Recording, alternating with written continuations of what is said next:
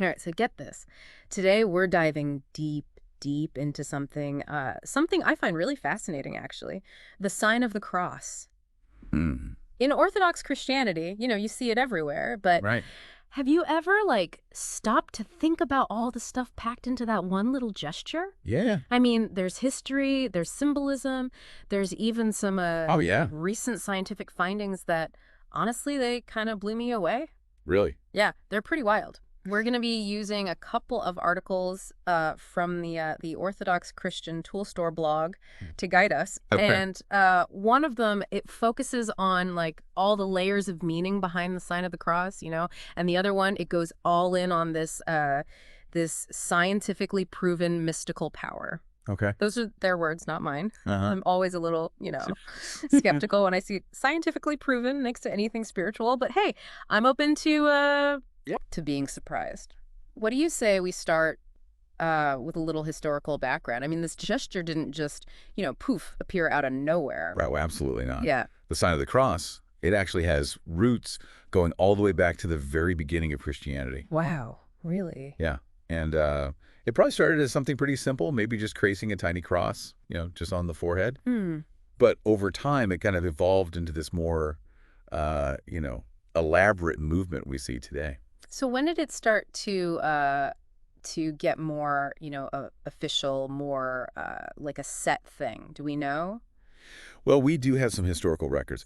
Early Christian writers, like Tertullian back in the 2nd century, were already writing about it. Wow, that early. Yeah. He talked about Christians making the sign of the cross all the time, like throughout their day. Mm. When they woke up, when they went out, before meals, even before they took a bath. Almost like this constant, reminder of their faith. That's interesting. It's like a habit almost. A way to stay connected to what they believe, no matter what they're doing.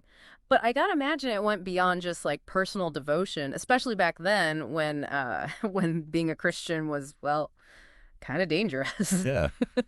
Yeah, you're right. Tertullian, he also mentioned that it was a way for Christians to kind of identify each other, like a silent way of saying, hey, I'm one of you, even if they couldn't say it out loud. It Yeah. was a way to find comfort, strength in their shared beliefs, especially when, openly saying you were Christian. Well, that could get you in trouble. Yeah, it's like a secret handshake for the soul almost. Yeah, exactly. So we've got this early secret gesture.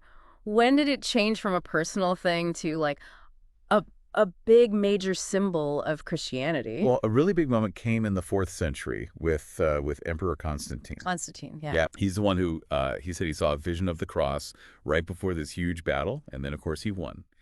After that, he embraced Christianity, made it the official religion of the whole Roman Empire. Mm-hmm. So that had a huge impact on how people saw the cross. It went from a symbol of being persecuted to a symbol of power. Yeah, right. Divine favor. Exactly. It became more public, more ritualized, and its meaning it expanded. So now it wasn't just a personal thing, but also a sign you belong to this new powerful Christian community. Wow. So Constantine really put the cross on the map. Yeah. Literally and figuratively. Yep. And I guess that shift in how people saw it, that also changed the sign of the cross itself. Exactly. Okay, so we got the history. Now, what about this science angle? These articles talk about this physicist, Angelina Mikhailovska, Yeah.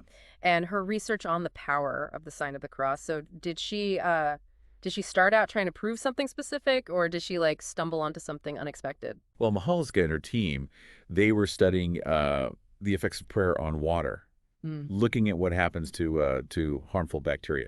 They were really intrigued by this, this old tradition, lots of religions, of blessing water, and they wanted to see if there was any real effect that you could measure. So they were studying prayer generally, not just the sign of the cross. Yeah, at first their research was broader. Okay. They had believers and non-believers pray the Our Father over samples of water that were contaminated with bacteria, like Staphylococcus aureus, the one that can cause a bunch of different infections. Okay, yeah. And they also had a control group where nobody prayed over the water, just to compare. Okay. And did they find anything? Did praying over the water actually change anything? Well, the results were pretty amazing, actually. They found a significant decrease in the bad bacteria in the samples that had been prayed over. Like how much of a decrease? Often. It was like 10 times less, even 100 times less. Wow. So it sounds like prayer, no matter who was doing it, it had a real measurable effect on the bacteria. But where does the sign of the cross come in? Well, that's where it gets really interesting. When they added the sign of the cross to their experiments, that's when they saw even bigger changes. Bigger than 100 times less. Oh, yeah.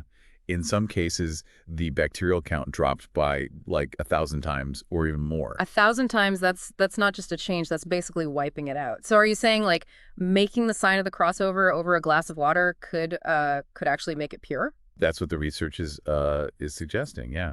And what's even crazier is they found that the effects were strongest when the person making the sign of the cross, they were doing it correctly and with real faith. Okay, but how do you measure genuine faith? Isn't Yeah. that like totally subjective?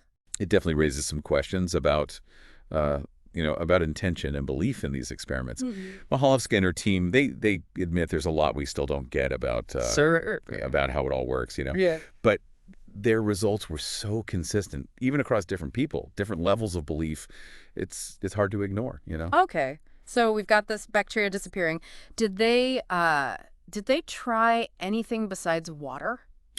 Yeah, they did. They also studied what prayer and the sign of the cross did to people. Mhm. Things like blood pressure and blood composition. And guess what? Ah. They found positive changes there too. Wait, hold on. So praying and making the sign of the cross, that could actually impact someone's health. That's what their research suggests. Yeah, they saw improvements in blood pressure, better blood analysis results after prayer and the sign of the cross. And what's really interesting is that changes always seem to go in the direction that was needed for healing.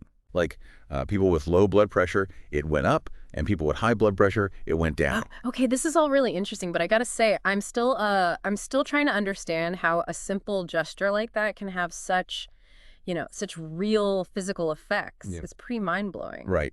And that's what Mahalaska and her team were struggling with, too. They started looking deeper, into the physics of it, and that led them to something called optical density. Optical density. Okay, now we're getting into some serious science.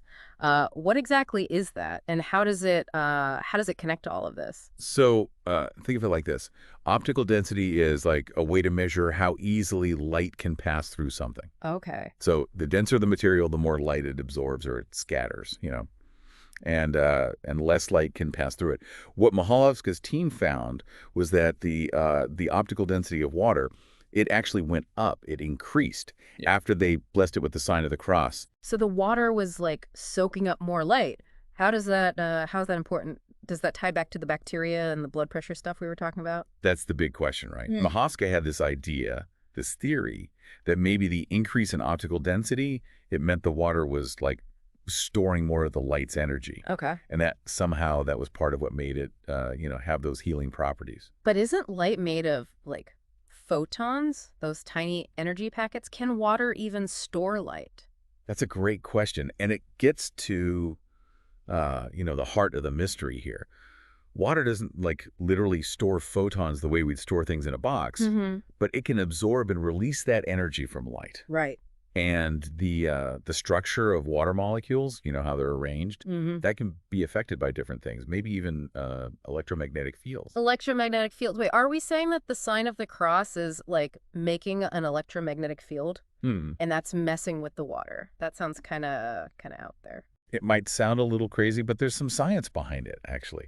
Our bodies, they're always making these subtle electromagnetic fields. And some research says those fields, they can change based on like our thoughts and intentions. So are you saying that the intention behind the sign of the cross, like the focus, that could make an electromagnetic field strong enough to actually change like the water molecules? It's possible, and it kind of seems like Mahalaska's research backs that up. They even found that the optical density increase, it wasn't always the same. It changed, so different people got different results. Exactly. When a regular person, just a lay person made the sign of the cross, the optical density went up about 1.5 times. But get this, when a priest did it, it almost doubled, like 2.5 times higher. Whoa, so the water could like tell the difference between a regular person and a priest? Huh? Well, not exactly.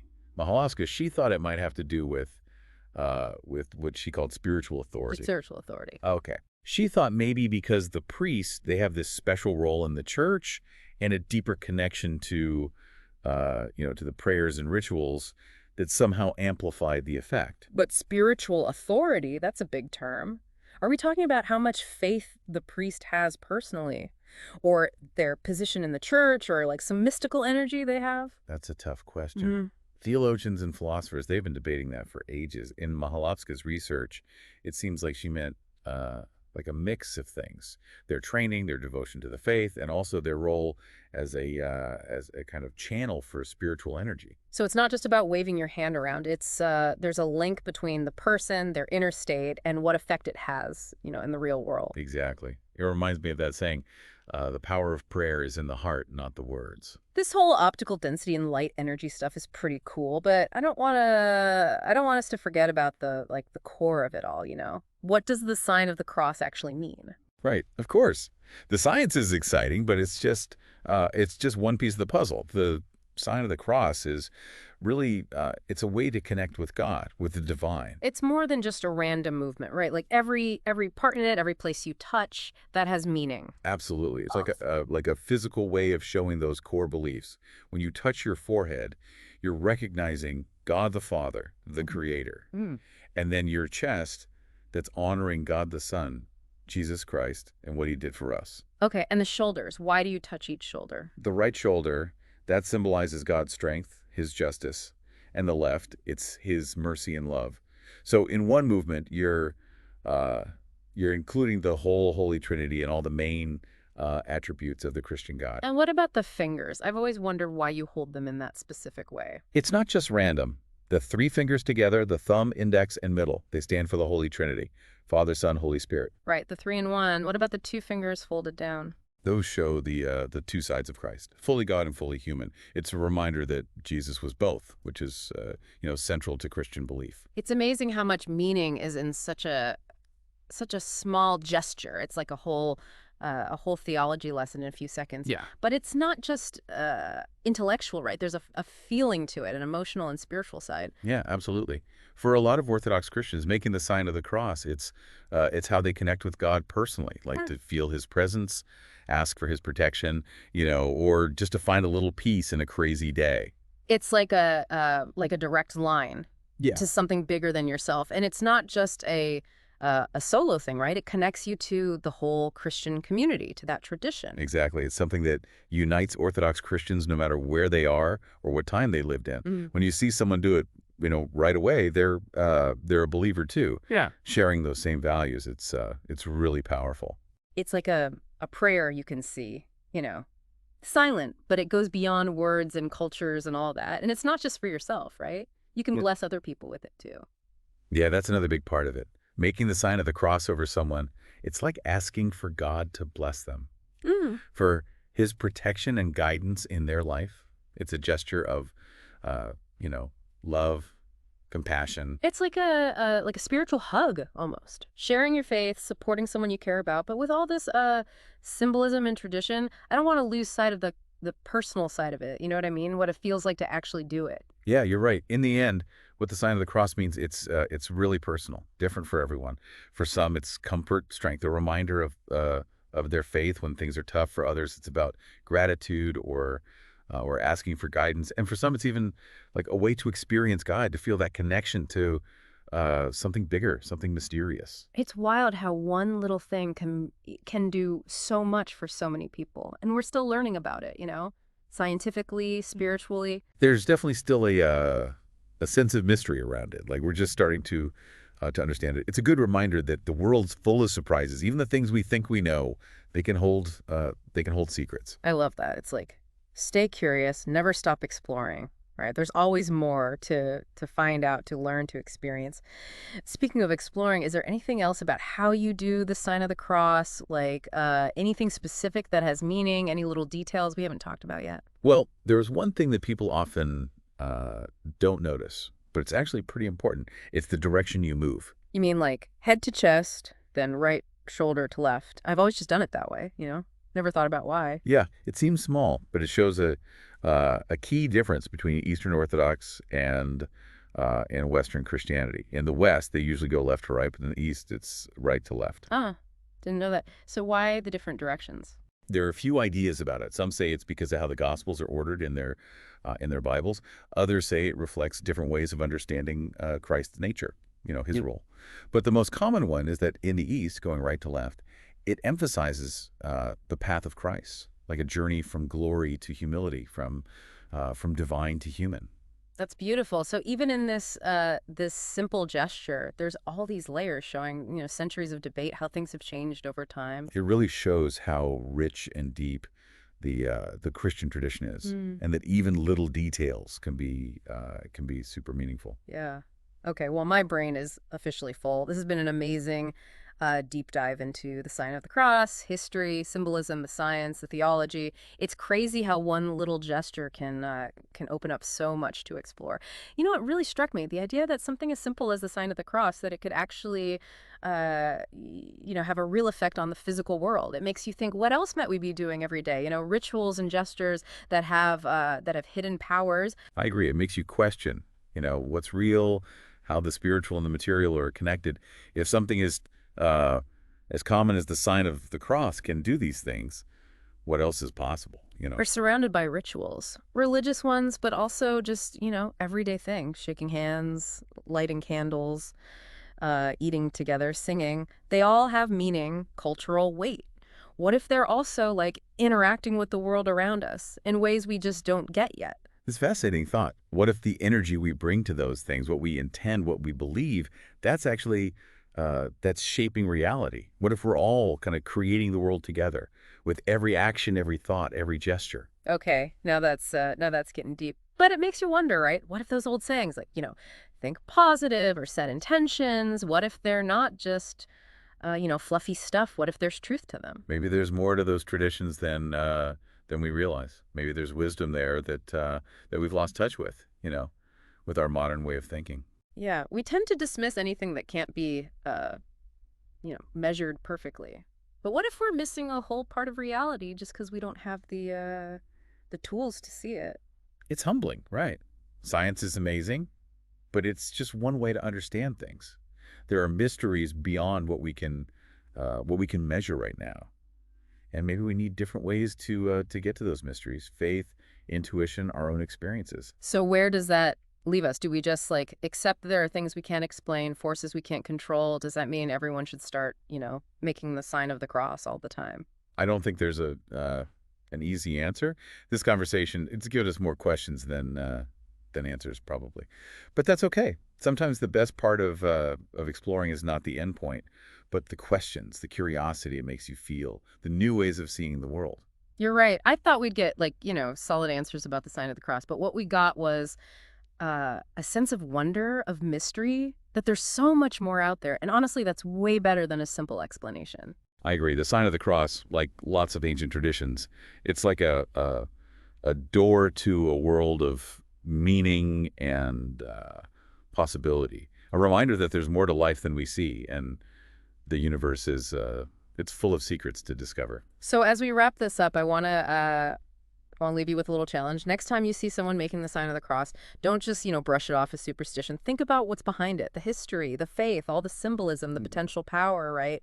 And who knows, maybe you'll even feel like exploring those hidden parts of your own everyday rituals. You never know what you might find.